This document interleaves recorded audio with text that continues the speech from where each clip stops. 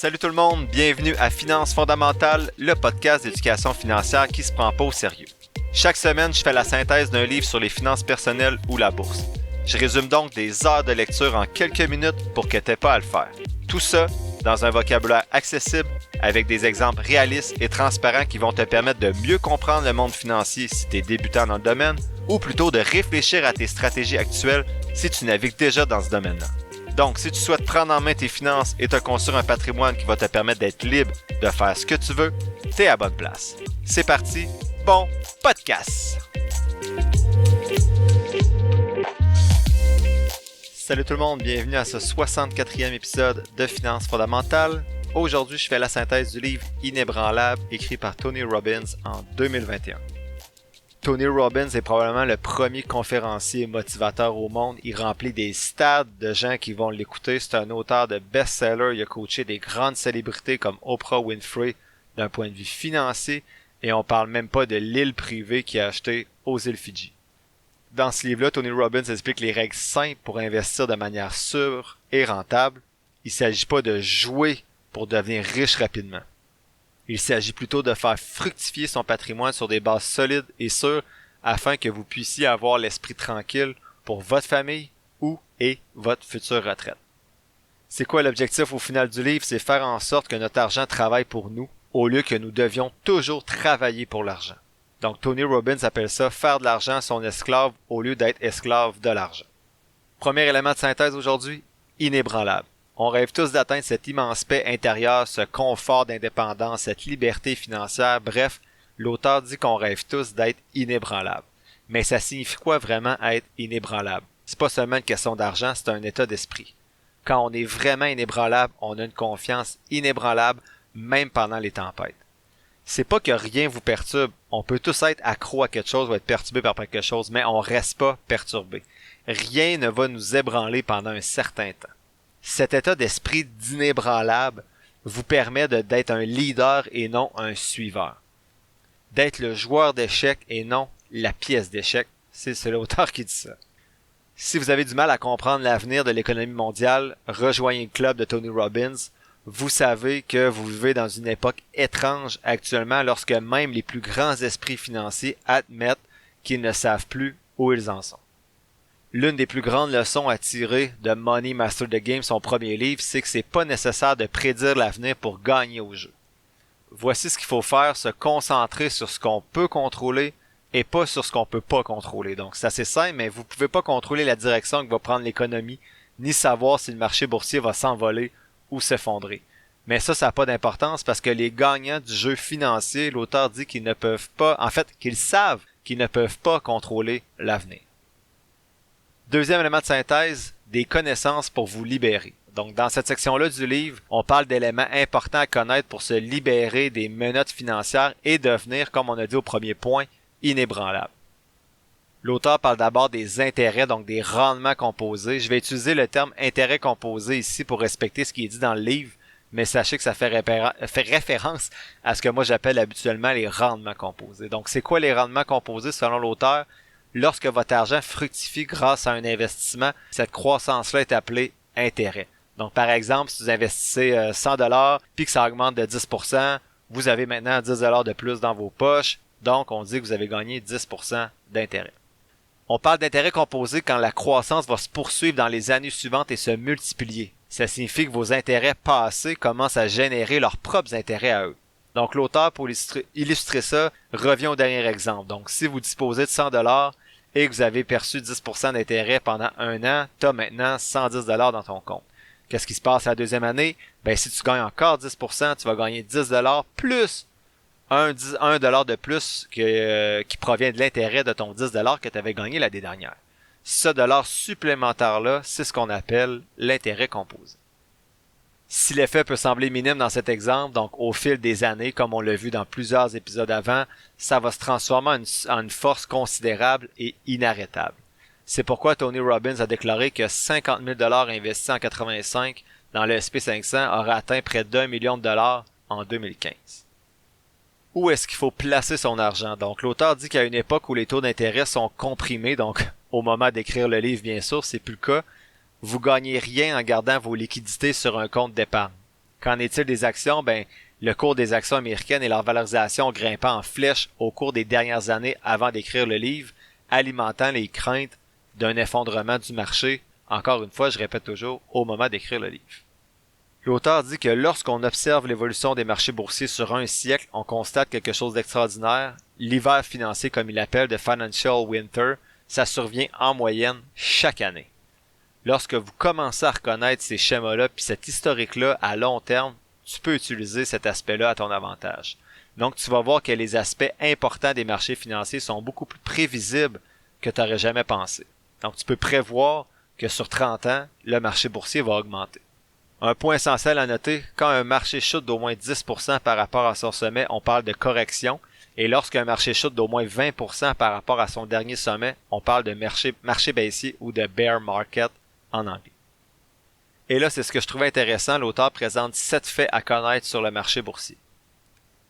Premier fait, en moyenne, les corrections se sont produites, donc des baisses de 10%, environ une fois par année depuis 1900. Historiquement, la correction moyenne a duré environ 54 jours, soit moins de 2 mois. En d'autres termes, la plupart des corrections sont terminées avant même qu'on s'en rende compte. Ça fait pas si peur finalement quand on voit ça de cet angle-là, les corrections boursières. Deuxième fait, moins de 20% des corrections se transforment en marché baissier. Donc, une correction de 10% sur 5 va descendre en bas de 20%. Si tu paniques et tu retires tes billes pendant ces corrections-là ou ces marchés baissiers-là, ça se peut que tu le fasses juste avant que le marché rebondisse parce qu'il y a 4 corrections sur 5 qui vont rebondir. En moyenne, bien sûr, dans l'histoire de la bourse. Troisième fait, personne ne peut prédire avec certitude si le marché va monter ou descendre. Donc, pas de market timing, s'il vous plaît. Quatrième fait, le marché boursier va monter au fil du temps malgré plusieurs crises ou chutes boursières. Donc, au cours de 27 des 36 dernières années, le marché américain a terminé avec un rendement positif. Cinquième fait, historiquement, les marchés baissiers se produisent tous les 3 à 5 ans, donc des baisses de plus de 20%. Mais sachez qu'elles vont durer, ces baisses-là, en moyenne, environ 1 an. Donc, encore une fois, oui, il y a des baisses de 20% aux 3-5 ans, mais ces baisses-là durent 1 an. Donc, 1 an après, on est revenu où on était. Sixième fait, les marchés baissiers se transforment en marchés haussiers et le pessimisme en optimisme. Donc, lorsque l'humeur du marché est extrêmement sombre, les super investisseurs comme Buffett ont tendance à y voir un signe positif indiquant que c'est le temps d'investir parce qu'il y a des meilleurs jours qui nous attendent. Et septième fait, le plus grand danger, c'est d'être en dehors des marchés boursiers. Si vous restez suffisamment longtemps sur le marché, les intérêts composés vont opérer leur magie, vous allez finir par obtenir un bon rendement, même si vous n'avez pas absolument eu de chance au moment où vous êtes entré sur le marché. Troisième élément de synthèse aujourd'hui, les 4 principes de l'investissement. Premier principe, ne pas perdre d'argent. Donc, Tony Robbins dit que les meilleurs investisseurs sont obsédés par l'idée d'éviter les pertes. Pourquoi? Parce qu'ils comprennent un fait simple, mais super important. Plus vous perdez d'argent, plus c'est difficile de remonter au point de départ. Warren Buffett, notamment, est souvent cité pour ses 2 règles en matière d'investissement. La règle numéro 1, c'est de jamais perdre d'argent. Et la règle numéro 2, c'est de jamais oublier la première règle. C'est la raison pour laquelle Warren Buffett fait si peu d'investissements. Il faut qu'il soit sûr à 150% qu'il ne va pas perdre d'argent. Mais pourquoi? Le calcul est simple, mais c'est quand même choquant.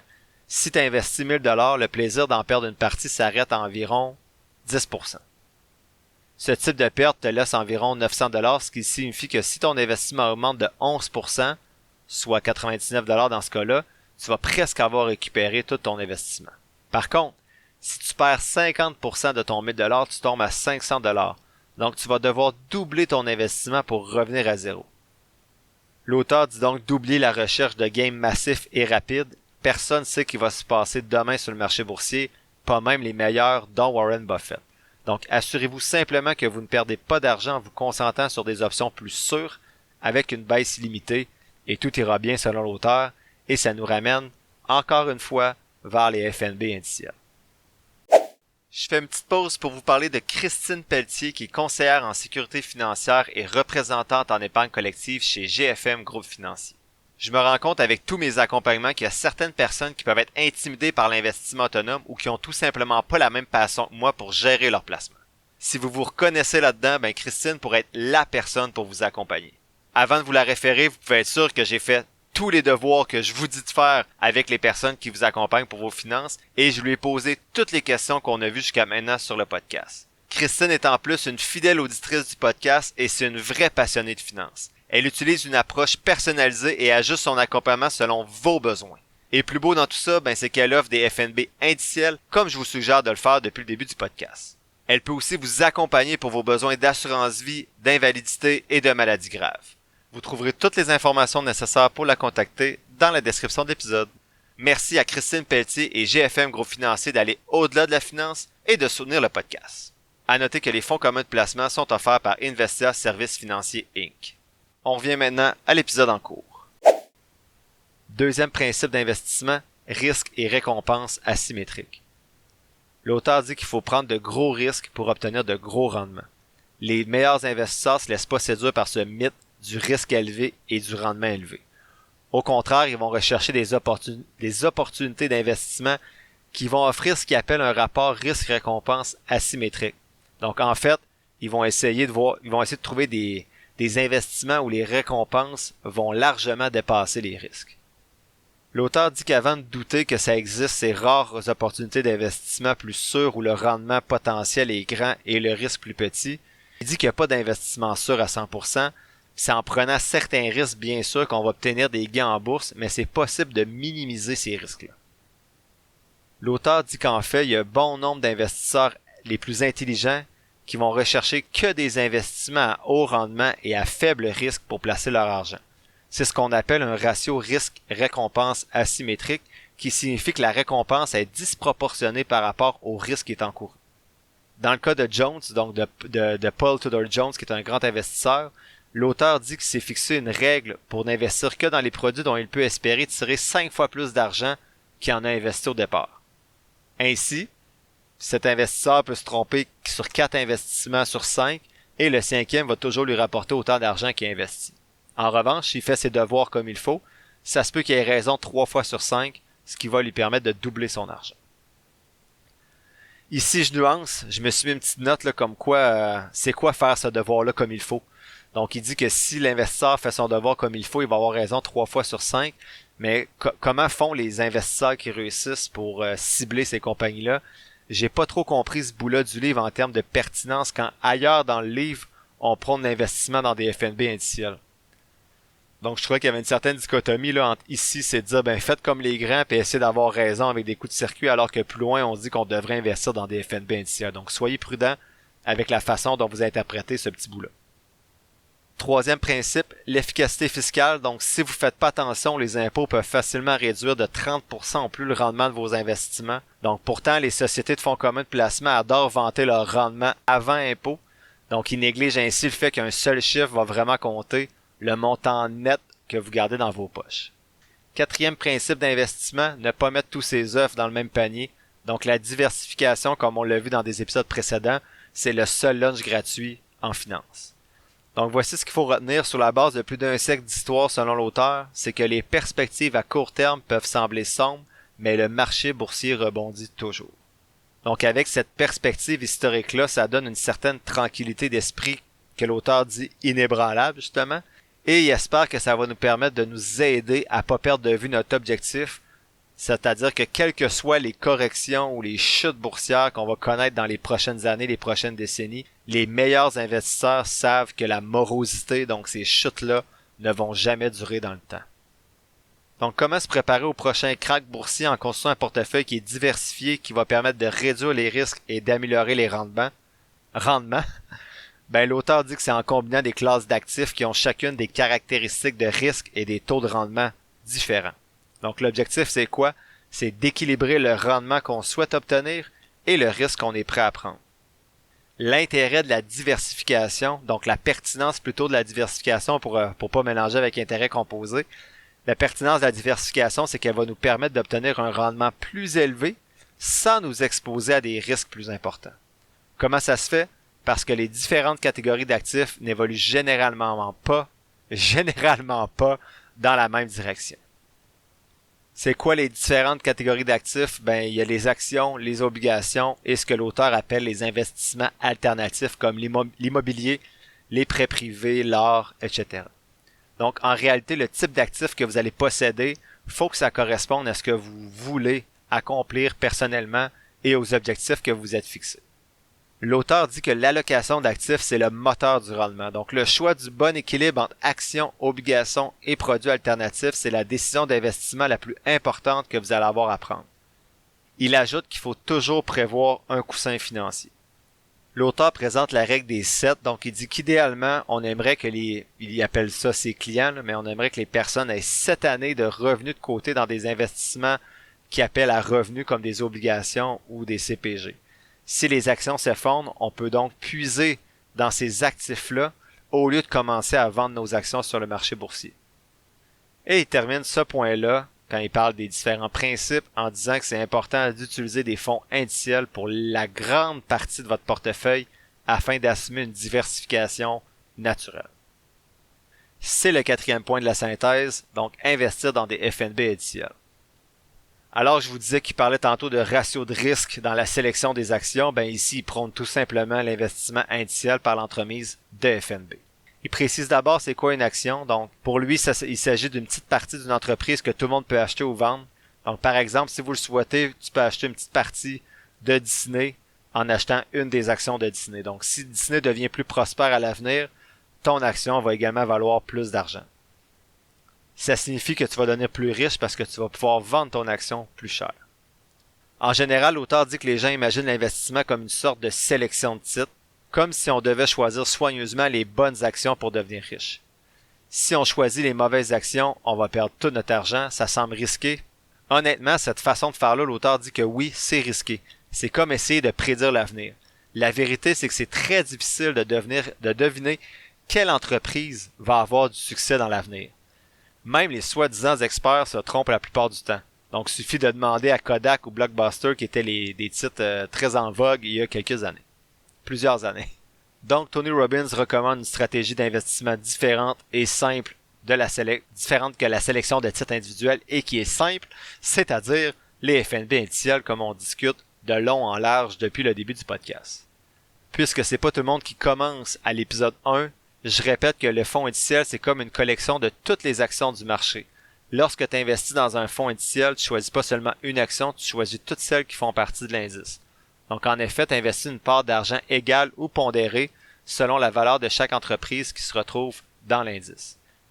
Donc l'auteur présente notamment le SP500, donc qui est une liste des 500 plus grandes entreprises américaines dont Amazon, Apple, Google, Walmart, McDonald's, etc.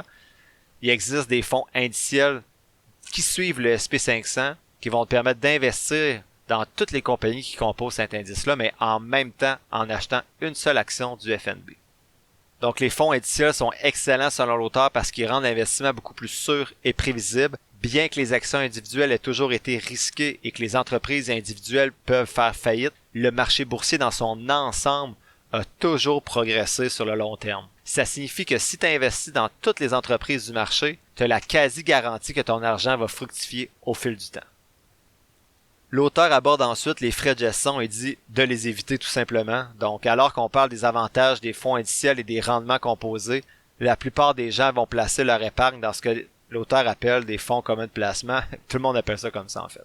Les fonds communs de placement sont également une collection d'actions, comme pour les FNB, mais c'est plutôt un gestionnaire de fonds qui va choisir les actions individuelles qui vont y être placées.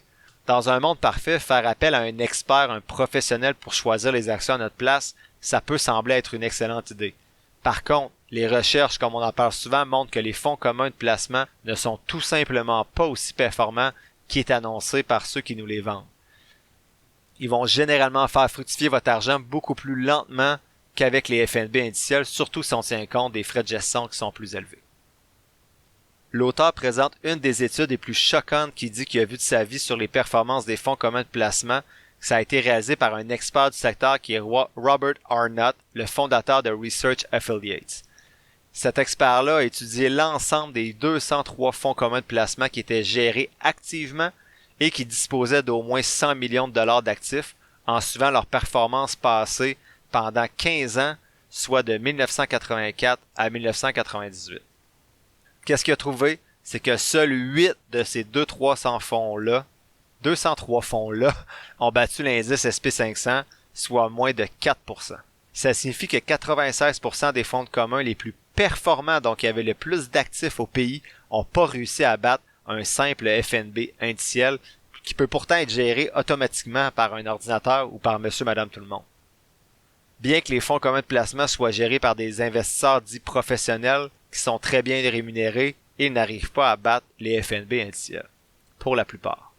Et oubliez pas, l'auteur dit que c'est pas parce qu'un fonds commun de placement a eu des bons rendements dans le passé qu'il va continuer à réussir à faire des bons rendements dans l'avenir. Dans ce livre-là, Tony Robbins répète plusieurs fois le mantra suivant: les gagnants d'aujourd'hui sont souvent les perdants de demain.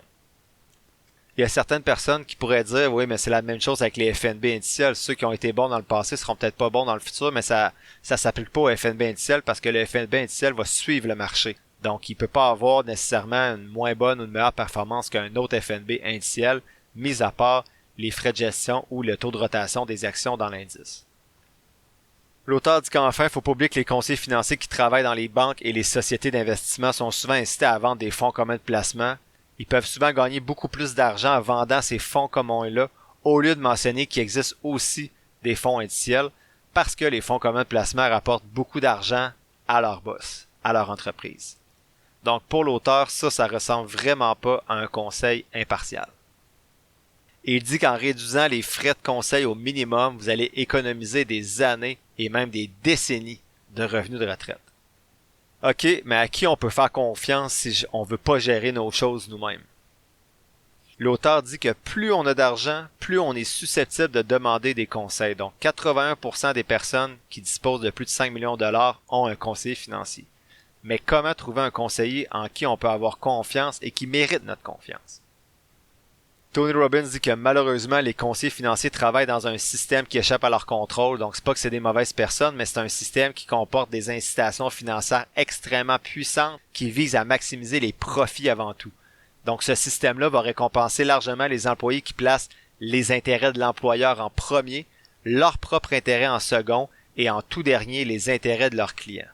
Et il dit que 90% des quelques 310 000 conseillers financiers qu'il y avait aux États-Unis sont en fait juste des courtiers.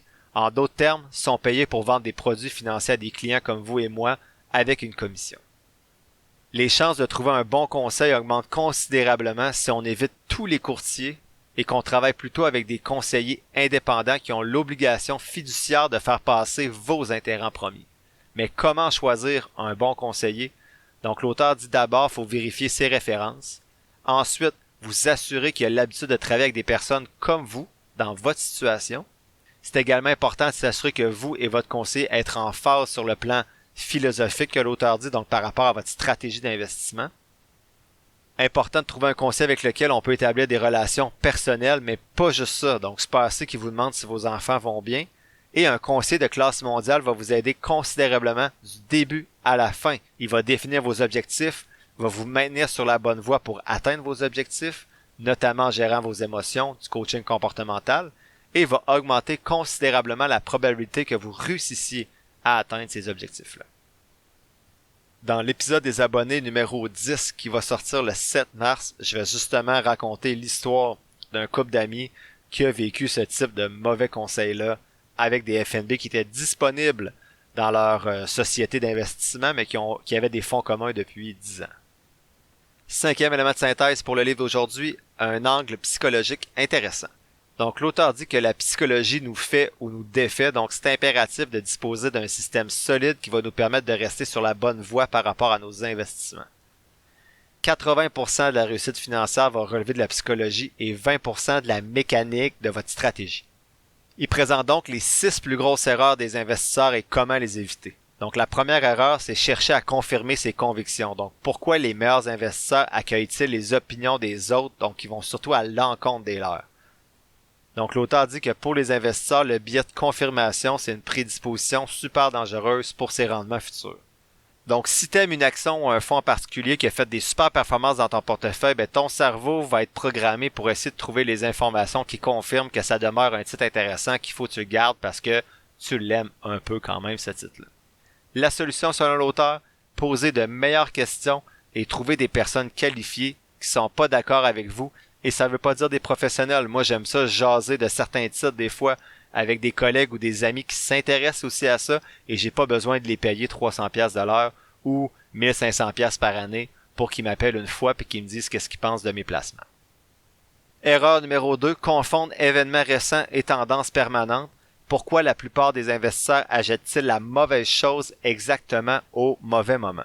Donc, l'une des erreurs d'investissement les plus courantes et les plus dangereuses consiste à croire que la tendance actuelle qu'on voit va se poursuivre dans le temps. Donc, la solution, selon l'auteur, ne pas vendre. Rééquilibrez plutôt votre portefeuille. Les meilleurs investisseurs du monde établissent une liste de règles simples qui les guident de manière à ce que lorsque les choses deviennent émotionnelles, ils vont garder le cap et rester dans la ligne de mire à long terme pour atteindre leurs objectifs. Erreur numéro 3, l'excès de confiance. Donc, il dit soyons réalistes, surestimer nos capacités et nos connaissances peuvent nous mener à la catastrophe. En effet, nous surestimons toujours nos capacités, en fait souvent nos capacités, nos connaissances et nos perspectives d'avenir, que ce soit en finance ou dans d'autres domaines également. La solution pour l'auteur, c'est soyez vrai, soyez honnête. Donc en matière d'investissement, l'auto-tromperie, comme il l'appelle, c'est peut-être la plus grosse dépense qui soit, donc ce qui va vous amener les plus grosses pertes dans votre portefeuille. Donc soyez humble et soyez surtout ouvert d'esprit par rapport à votre stratégie. Erreur numéro 4, la cupidité et la quête du coup de circuit. Donc l'auteur dit que la meilleure façon de gagner au jeu de l'investissement, c'est d'obtenir des rendements durables à long terme. Mais la tentation est souvent grande de tenter des coups de circuit, surtout lorsqu'on pense que les autres autour de nous s'enrichissent plus vite que soi. Et il faut être prudent, souvent quand les autres vont nous parler d'un bon coup, ils vont nous parler de leur bon coup de 70%, mais pas des 3 autres qui ont perdu 80%. Donc soyez toujours prudent par rapport à ça et faites la part des choses. La solution pour l'auteur pour vaincre la cupidité, savoir que l'investissement boursier c'est un marathon, pas un sprint, et ne jamais l'oublier. Erreur numéro 5, rester chez soi. Le monde est vaste, alors comment se fait-il que la plupart des investisseurs restent si près de chez eux? Ce qui veut dire par là, c'est que les gens investissent juste dans leur pays. Donc l'être humain a une tendance naturelle, il dit, à rester dans sa zone de confort. Donc la solution pour lui, élargir vos horizons. En diversifiant vos placements à l'échelle internationale, vous allez réduire non seulement votre risque global, mais vous allez aussi augmenter vos rendements de façon générale. 6e erreur, la négativité et l'aversion pour les pertes. Donc il dit que notre cerveau nous pousse à avoir peur en période de turbulence. Écoutez pas vos cerveaux dans ces moments-là. Le problème, c'est que perdre de l'argent fait tellement souffrir les investisseurs qui ont tendance à agir de manière totalement irrationnelle pour éviter de perdre de l'argent. La solution, l'auteur dit que la préparation est la clé. La meilleure façon de gérer les turbulences du marché et les craintes qu'elles peuvent susciter, c'est de se préparer. Sinon, après ces 6 erreurs-là, l'auteur aborde plutôt un sujet qui dit « Est-ce que être libre financièrement équivaut à être malheureux? » Donc l'auteur dit que si ce livre vous aide à devenir libre financièrement, il serait ravi pour nous, mais pour être honnête, il croit pas que ça va suffire. Pourquoi ça suffit pas? Parce que la richesse financière garantit pas que vous allez être riche en tant qu'être humain. Donc la vraie richesse se résume pas à l'argent, la vraie richesse est émotionnelle, psychologique et spirituelle. Si vous êtes libre financièrement mais que vous souffrez encore émotionnellement, c'est quoi cette sorte de victoire-là? Vous n'êtes pas vraiment gagnant au bout de la ligne. Donc pour atteindre la richesse personnelle, la réussite, l'auteur propose 3 étapes clés qui peuvent nous permettre d'obtenir, il dit, tout ce qu'on veut. Donc la première étape pour réaliser tout ce qu'on veut, c'est le focus. Rappelez-vous-le, là où est votre focus, votre énergie circule, ça c'est les mots de l'auteur. La deuxième étape, ça consiste à aller au-delà de la faim, de la motivation et du désir et de passer à l'action. Il y a beaucoup de gens qui rêvent beaucoup mais qui ne se lancent jamais, donc pour réussir, faut passer à l'action. Et la troisième étape, pour obtenir ce qu'on veut, c'est la grâce. Donc, on en parle souvent, mais la reconnaissance. Donc, certains parlent de chance, d'autres de Dieu. Choisissez votre camp. Voici ce que l'auteur veut vous dire sur la base de sa propre expérience à lui. Plus vous serez reconnaissant pour ce que vous avez dans votre vie, plus vous allez avoir de choses supplémentaires qui vont vous rendre heureux et vous permettre de vous épanouir. Justement, ensuite, il parle de l'art de l'épanouissement. Donc, pour lui, c'est une compétence encore plus importante à maîtriser. Pourquoi? Parce que si vous maîtrisez le monde extérieur sans maîtriser votre propre monde intérieur, comment pouvez-vous être véritablement et durablement donc heureux à long terme?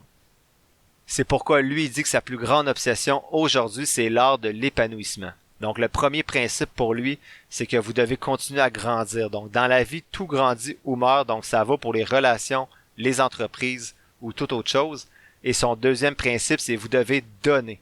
Si vous ne donnez pas, vos sentiments à l'intérieur de vous, selon lui, vont être limités et vous n'allez jamais vous sentir pleinement vivant. Il dit de vous rappeler, l'argent, ça change pas les gens, ça fait juste amplifier ce qu'ils sont déjà. Si vous avez beaucoup d'argent et que vous êtes méchant, vous aurez plus d'occasions de l'être. Si vous avez beaucoup d'argent et que vous êtes généreux, vous donnerez naturellement plus aux autres. Plus aux autres. Citation de l'auteur, il dit « Le succès sans l'épanouissement est l'échec ultime ». Donc, il parle de l'esprit et de nos décisions. Soit vous maîtrisez votre esprit, soit c'est lui qui vous maîtrise. Donc, le secret d'une vie extraordinaire, selon l'auteur, c'est de prendre le contrôle de son esprit quand c'est lui seul qui va déterminer si vous vivez dans un état de souffrance ou dans un état de beauté.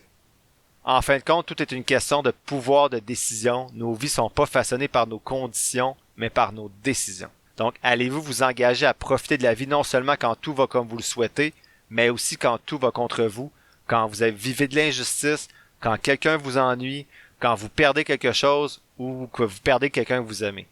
Si on ne prend pas cette décision définitive-là d'arrêter de souffrir et de vivre dans un état négatif, notre esprit de survie va créer toujours de la souffrance chaque fois que nos désirs, nos attentes ou nos besoins vont pas être pleinement satisfaits. L'auteur dit que ça, c'est un gaspillage d'une grande partie de notre vie. Il s'agit de la décision pour lui la plus importante de notre vie, d'être reconnaissant pour ce qu'on a. Il nomme notamment la règle des 90 secondes. Donc, chaque fois que lui commence à souffrir, il dit qu'il se donne 90 secondes pour arrêter de souffrir afin de retrouver un bel état de vie. Donc, il respire doucement, ralentit sa respiration, sort de la situation et commence à éloigner toutes les pensées stressantes et négatives que son cerveau génère. Donc, il dit que c'est naturel que ces pensées-là surgissent, mais que c'est juste des pensées, justement. Vous pouvez les contrôler. Il dit qu'une fois que vous êtes détaché de ces pensées, commencez à vous concentrer sur quelque chose de positif et que ce changement d'objectif-là va permettre à votre esprit d'entrer dans le jeu, de recentrer votre cerveau pour voir le bon côté des choses si vous réussissez à pratiquer ça de façon constante. Donc ce dernier point-là est un petit peu plus spirituel peut-être que d'habitude. Je l'ai gardé de façon très volontaire parce que c'est pas un endroit où on va souvent sur le podcast et je crois que au-delà de croire en Dieu ou de contrôler ses pensées, c'est peut-être pas quelque chose que je fais beaucoup là, de la méditation et tout ça, même si je vois que c'est très important, mais je pense qu'il faut être reconnaissant pour ce qu'on a et le lien que je ferai ici avec les finances, c'est que plus on est reconnaissant, comme on l'a vu dans certains épisodes, moins on va dépenser parce qu'on va apprendre à être heureux avec ce qu'on a. Donc en conclusion, Money, son premier livre que je vous ai déjà résumé, c'est vraiment une grosse brique à lire. Il fait donc passer le livre Inébranlable, son deuxième, pour une histoire presque courte, si c'est peu dire. Donc dans le cas d'un sujet aussi complexe que les finances, c'est quand même une bonne chose. Je trouve que le livre Inébranlable se lit beaucoup mieux que son premier livre Money Master the Game. Pour moi, je trouve que c'est un livre peut-être un peu plus en surface à lire dans ses premiers pas dans l'investissement. Je trouve qu'il aborde toutefois des concepts poussés pour rien. Donc par exemple, choisir des actions avec un rendement élevé et peu de risques. Il parle aussi d'une checklist avant de vendre, sans préciser cette checklist-là et sans aborder le comment, de toute façon, choisir de bonnes actions. Par contre, il fait un bon tour du jardin puis va plus loin dans certains concepts, notamment psychologiques, par rapport à ce qu'on a discuté jusqu'ici depuis le début du podcast. Ce que je trouve quand même très intéressant. C'est un bon livre, c'est pas dans mon top 10, mais tout de même super intéressant avec des angles différents de ce qu'on a vu jusqu'à maintenant, donc à vous de voir si c'est une lecture que vous souhaitez faire.